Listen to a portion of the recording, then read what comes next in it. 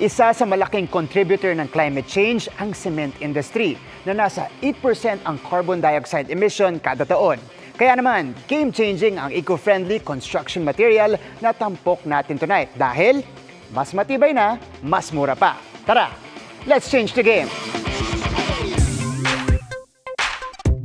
Para sa iyong dream home, tiyak na mapapa-oo ka sa construction materials na environment-friendly.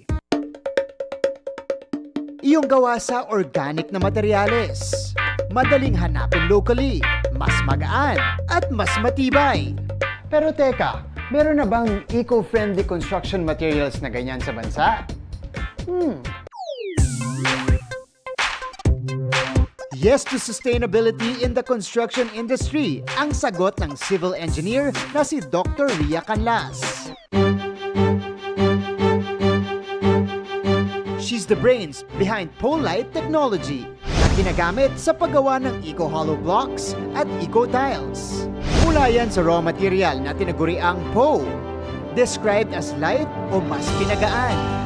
Pinalitan ko lahat ng components. The reason behind is para mapadali, mapabilis, mapaganda at mapamura ang ating masonry works. Gumagamit ako ng combination of different kinds of binders na nagkakaroon ng mas mataas na strength kaysa sa cement. Gumagamit din ako ng iba't ibang mga fillers at saka mga additives. Yung fillers ko po, yun po yung nagbibigay ng extra strength. Alam nyo ba na ang hollow block gawa sa Politech 5 times na mas magaan at matibay? Target ng Politech na palitan ang paggamit ng tradisyonal na klase ng construction materials, gaya ng kahoy at konkreto. Dahil dyan, naiuwi nito ang Grand Prix Manasakit Award mula sa Design Center of the Philippines noong 2019. May mga certain components sa mga materials, sa traditional materials, na nagka-contribute ng malaki sa ating climate change issues. Like cement is 8% contributor on the carbon dioxide emission. Eco-friendly na, mapapamenos pa sa gastos.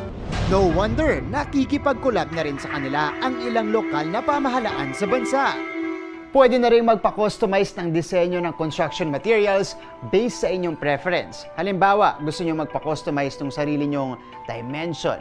Nandyan din color, texture, at surface pattern. O di kaya naman, meron kayong gustong i-print na sarili nyong design, pwede nilang ilagay yan dyan. Time efficient kasi we have eliminated a lot of scope of work. Example, you don't need plastering, you don't need painting, you don't need waterproofing.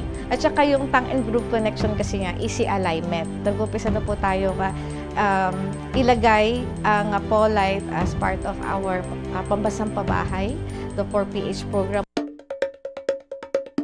A more sustainable approach in construction. Mas matibay at mas magaan ang mga materyales na gawang Pinoy. Para sa GMA Integrated News, ako si Martin Javier, changing the game!